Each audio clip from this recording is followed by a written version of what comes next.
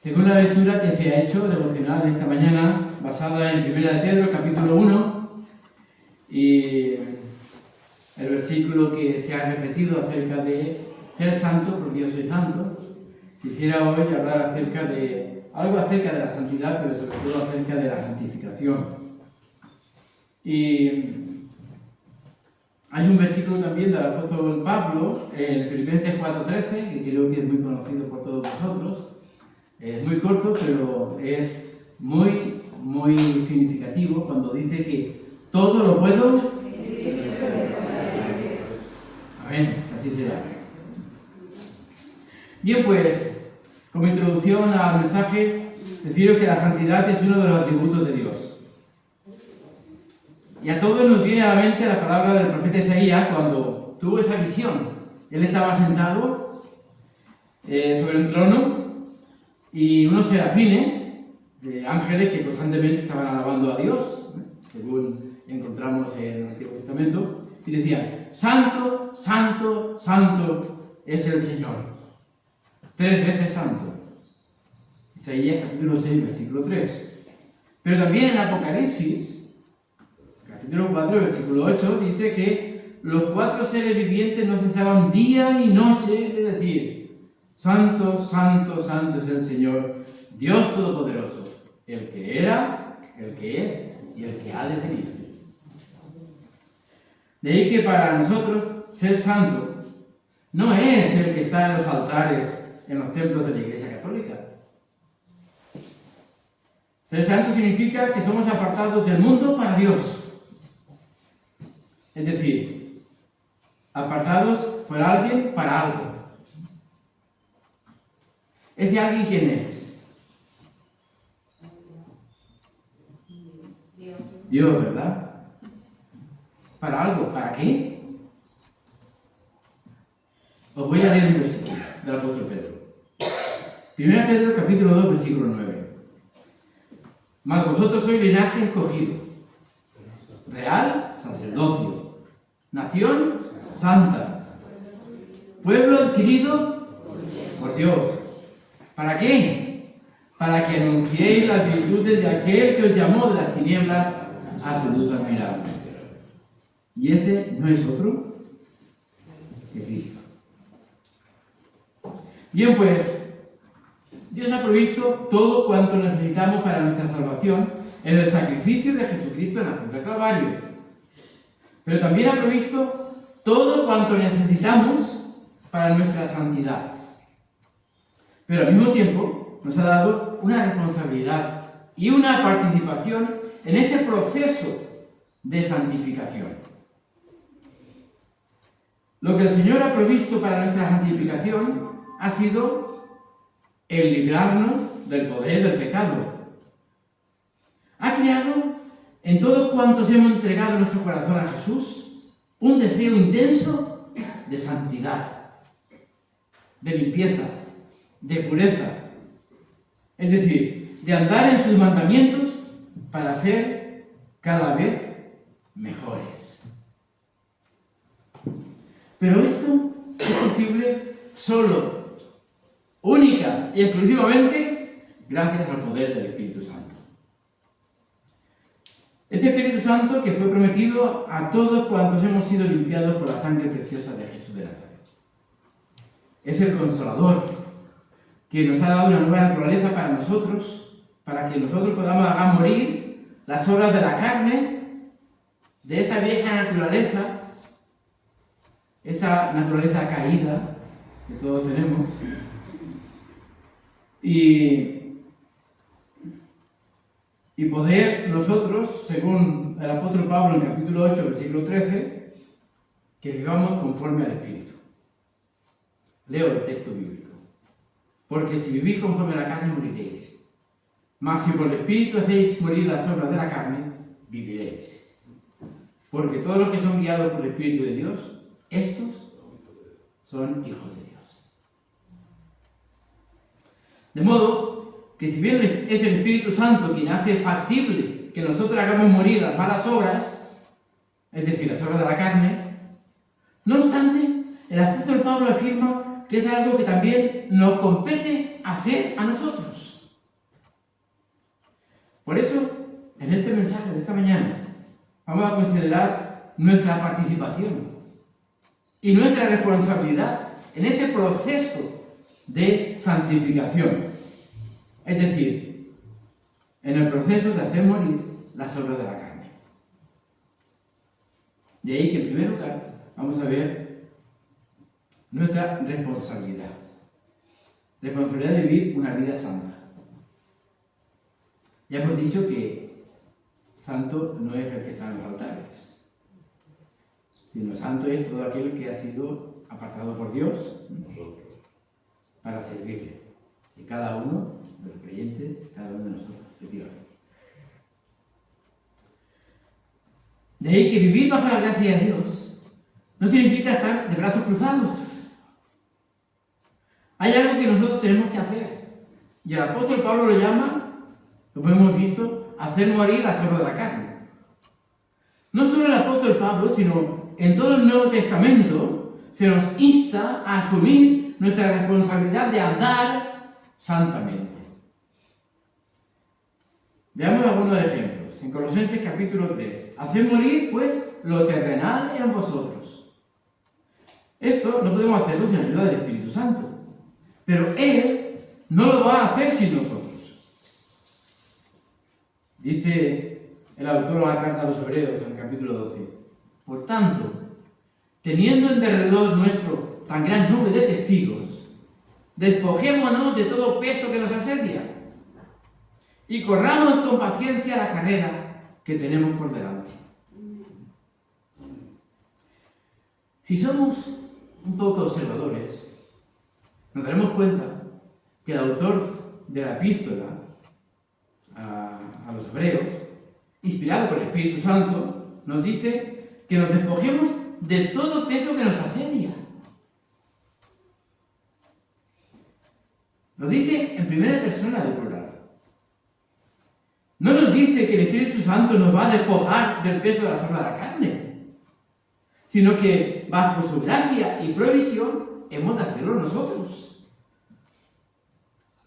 Se ve claramente que el Señor espera de cada uno de nosotros que asumamos esa responsabilidad de correr la vida cristiana.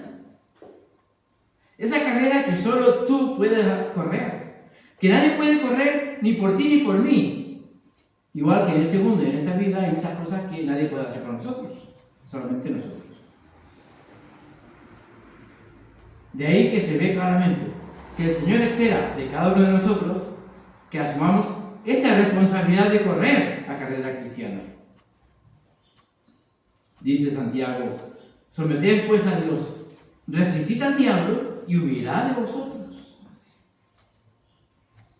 Somos nosotros quienes tenemos que someternos a Dios voluntariamente.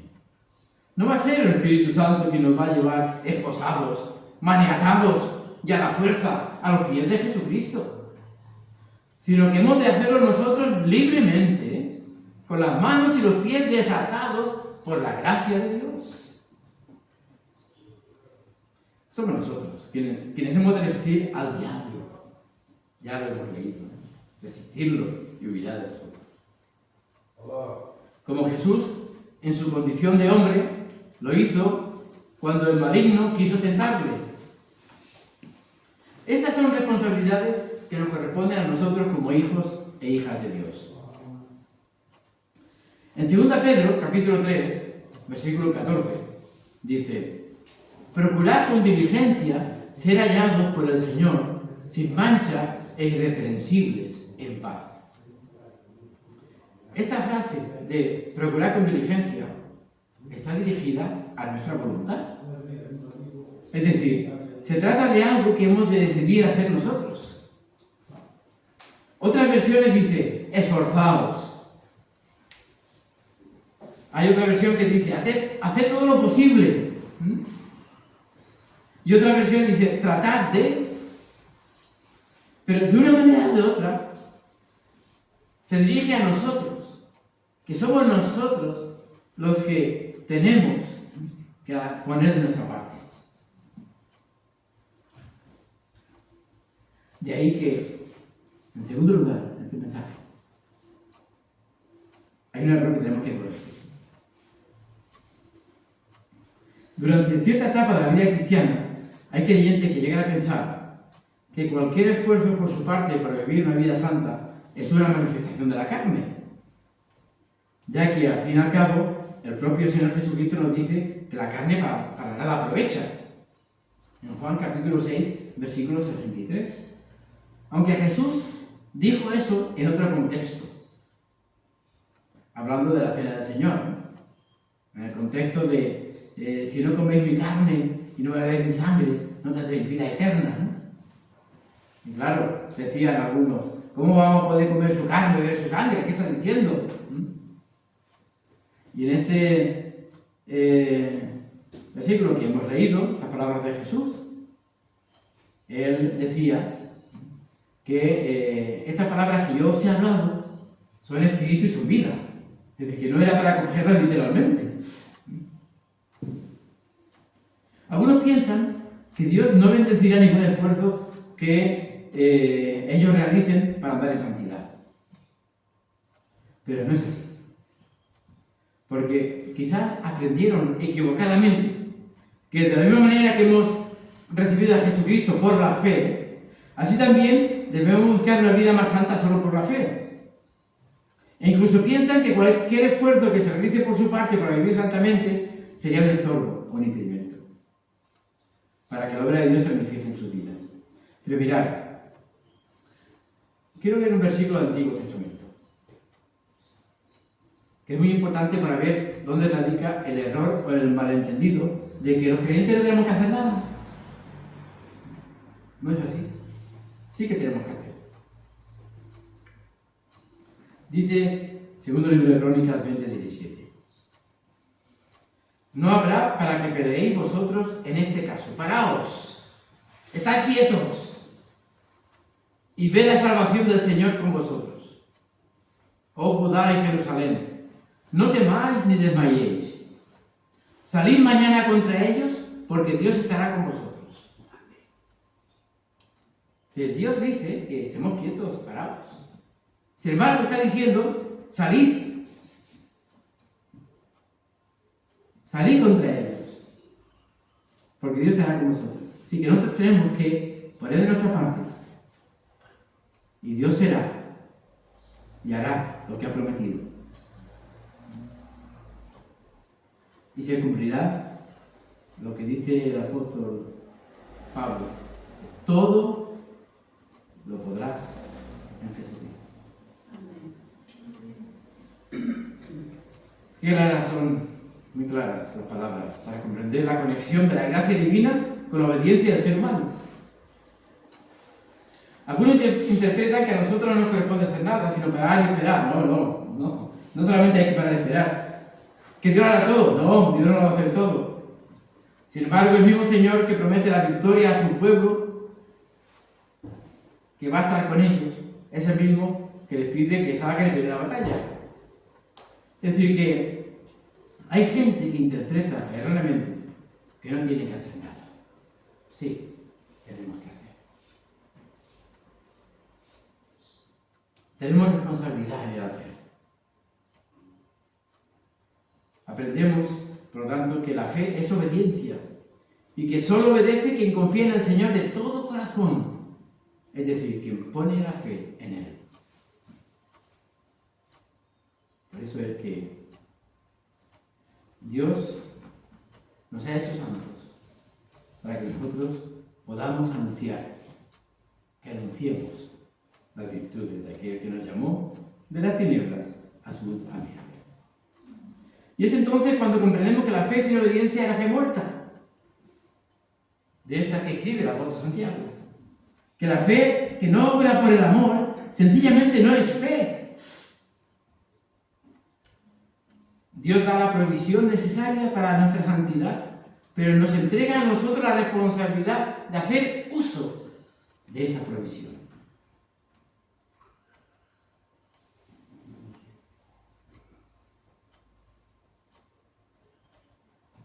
En tercer lugar, ¿qué lugar ocupa el Espíritu Santo en nuestra santificación? Porque sabemos que santificación es ser cada vez mejores, ser cada vez más santos, mejores para Dios. Y como el Espíritu Santo vive en nosotros, también va a actuar en nosotros, no cabe duda. Él nos da la unción, nos da el poder, nos da la capacidad para andar por el camino de la fe, de las obras y de la misericordia que el Señor ha preparado de antemano delante de nosotros para que anduviésemos por ellas. Como dice Efesios 2:10, ¿no? Habla de que somos salvos no por gracia. ¿No? ¿Dice eso? Ajá. Somos salvos por gracia, por medio de la fe. Entonces sí somos salvos por gracia, ¿verdad? Por gracia de Dios. ¿Y por medio de qué? Por medio de la fe. ¿Y esto? No de vosotros, No por obra, para que nadie se gloríe. Mirad, yo creo que el Señor me está demandando que cada uno de sus hijos en este mundo pueda hablar acerca de su amor y de esa buena noticia que es el reino de los cielos aquí en la tierra, el reino de Dios aquí en la tierra. Cada uno de nosotros es hechura suya. Y en Cristo Jesús, creados para buenas obras. Dios las ha preparado de antemano para que podamos andar en ellas. Y también Pablo le escribe a Tito en el capítulo 3 y le dice: palabra fiel es esta, y estas cosas quiero que insista con firmeza, para que los que creen en Dios procuren ocuparse en buenas obras, porque estas cosas son buenas y útiles a los hombres. Y Filipenses capítulo 2, versículos 12 y 13. Amados míos, como siempre habéis obedecido, no como en mi presencia solamente, sino mucho más ahora que en mi ausencia, ocupaos en vuestra salvación con temor y temblor, porque Dios es el que en vosotros produce así el querer como el hacer por su buena voluntad. Notemos cómo el Señor nos está diciendo por medio del apóstol Pablo que Dios es quien produce en nosotros así el querer como el hacer. Y es evidente que el Espíritu Santo es quien obra en nosotros. Tenemos que dejar que el Espíritu Santo actúe en nuestra vida. Es decir, nuestra voluntad, que es el querer, y nuestra capacidad, que es el hacer, y todo ello por la bondad de Dios, por su buena voluntad, nosotros podemos hacer mucho si dejamos que el Espíritu Santo actúe en nosotros.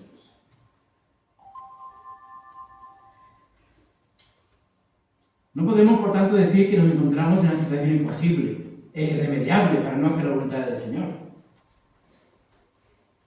Yo creo que podemos llevar a cabo la perfecta voluntad del Señor, que es, como dice Pablo en Tesalonicenses 4:3, vuestra santificación. En este caso diríamos cada uno nuestra santificación. Confiar en el Espíritu Santo, hermanos y hermanas. Confiar para que en nosotros Él pueda hacer morir las obras de la carne. Esas cosas que impiden que nosotros podamos ser cada vez mejores para Dios. Porque el Espíritu Santo es que nos ayuda a diferenciar entre el legalismo y la ley de Dios. Él es el Consolador que nos ayuda a diferenciar entre lo que es la verdadera santificación y el falso legalismo o el puritanismo de doble moral. Recuerdo que en una ocasión en Badajoz nos reunimos los pastores de la ciudad y estaba cerca la Navidad. Entonces uno de ellos nos contó lo siguiente. Él estaba colocando el árbol de Navidad en la iglesia y una hermana extranjera, al verlo, él cuenta que dice: me dijo que eso del árbol era un símbolo pagano. Y este pastor quedó asombrado que dicha hermana le dijera eso. le dijera que, ¿cómo que el árbol de Navidad es un símbolo pagano? Si no adoramos al árbol de Navidad. Y quedó asombrado, ¿sabéis por qué razón? Porque esta hermana le dijera eso, ya que su marido y sus hijos vivían en su país y ella estaba aquí con otro hombre, y eso no era pecado. Pero para ella el árbol de Navidad sí era pecado. Es el Espíritu Santo que nos ayuda a discernir lo que es pecado y lo que no es pecado. Por eso tenemos que dejar que el Espíritu Santo sea el que obre en nosotros. Y a cambiar la expresión de no puedo. ¿Sabes por qué? Porque todo lo puedo en Cristo que me fortalece. No debemos quejarnos jamás de falta de capacidad ni de falta de poder. Porque si pecamos, es porque hemos elegido hacerlo. No porque nos falte capacidad para decir no al pecado o a la tentación. Tenemos la capacidad de decir no, porque tenemos el Espíritu Santo. Y Él obra en nosotros. Y nosotros podemos decir no. Y en último lugar, es hora de que los creyentes tomemos conciencia de la responsabilidad que nos corresponde a cada uno con respecto a nuestra santidad. A veces hay hermanos o hermanas que dicen confesar haber sido vencido por este o este otro pecado. Y bueno, lo que rara vez se escucha en la confesión es pedir perdón. Y podemos estar absolutamente seguros de que nosotros, cuando pecamos, es porque somos desobedientes. Quizás sería bueno abandonar el tanto usar palabras, algunos, victoria, derrota, para sustituirlas por algo muy significativo. Obediencia y desobediencia. Cuando somos victoriosos en el Señor, que hemos vencido un pecado, hemos vencido una tentación, podemos decir que hemos sido obedientes al Señor y por eso hemos triunfado. Cuando hemos desobedecido y hemos caído en el pecado, en la tentación, hemos sido derrotados. Tenemos que sustituirla por desobediencia. Porque si dices que has sido vencido, inconscientemente te estás escurriendo de tu responsabilidad. Estás eludiendo de alguna manera tu culpa, indirectamente. Estás diciendo que algo externo a ti te ha derrotado. Ha sido más fuerte que yo. Pero cuando dices que has sido desobediente, esta afirmación coloca el peso de la responsabilidad de tu pecado, lisa y llanamente, sobre tus propios hombros.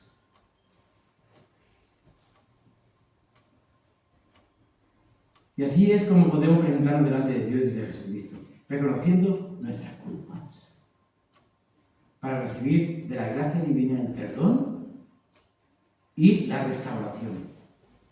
Cosa importante. Dios no puede ser burlado. Él todo lo sabe, todo lo conoce, todo lo ve. ¿Es posible que seamos derrotados? Claro que sí, que es posible, que podamos ser derrotados. Pero en última instancia esa derrota se habrá producido porque hemos elegido desobedecer. Hemos optado por seguir nuestra propia fuerza, nuestra propia prudencia, por nosotros mismos, en lugar de obedecer la palabra de Dios. No hemos querido escuchar la voz del Espíritu Santo, que está ahí diciendo, no hagas eso. No nos hemos sometido, incluso a veces, al consejo de los líderes de la Iglesia.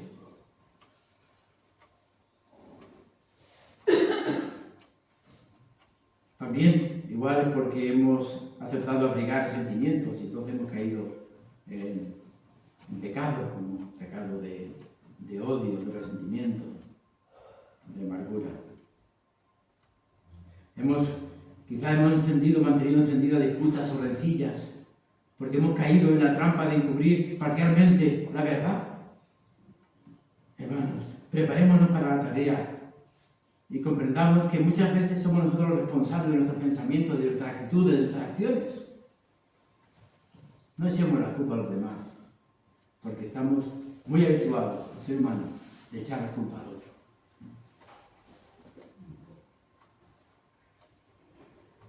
¿Qué has hecho?, le dijo Dios a Adán. ¿Ah, yo? Yo no. Yo no. La mujer que me diste. Es decir, que somos muy dados a echar la culpa a los demás, ¿verdad? En este caso, si andamos un poquito más, incluso podemos interpretar: la mujer que me diste, ¿quién está echando la culpa a Dios?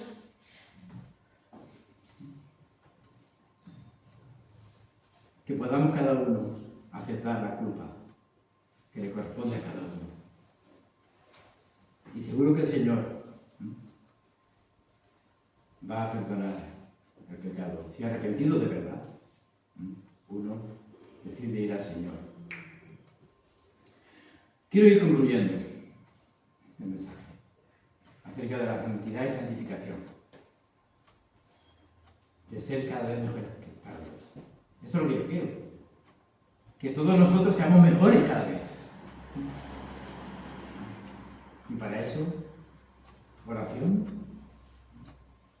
estudio de la palabra, meditación, adoración, todo eso va a hacer que nosotros podamos ser mejores para Dios.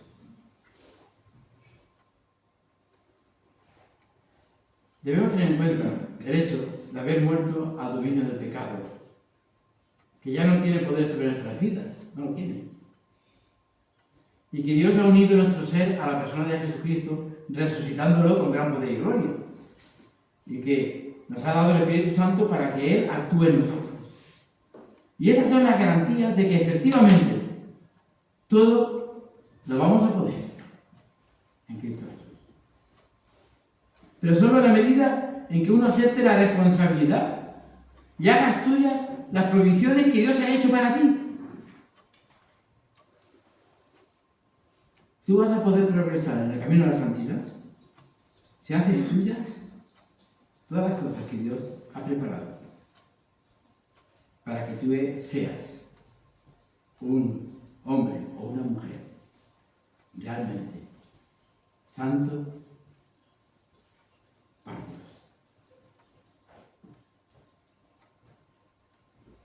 De ahí que mi deseo para todos vosotros en esta mañana como iglesia es que tú puedas progresar y ser cada vez mejor en este camino de santidad. Dios te va a bendecir, pero también tú vas a ser bendición para otros si andas por este camino. Casi siempre que se te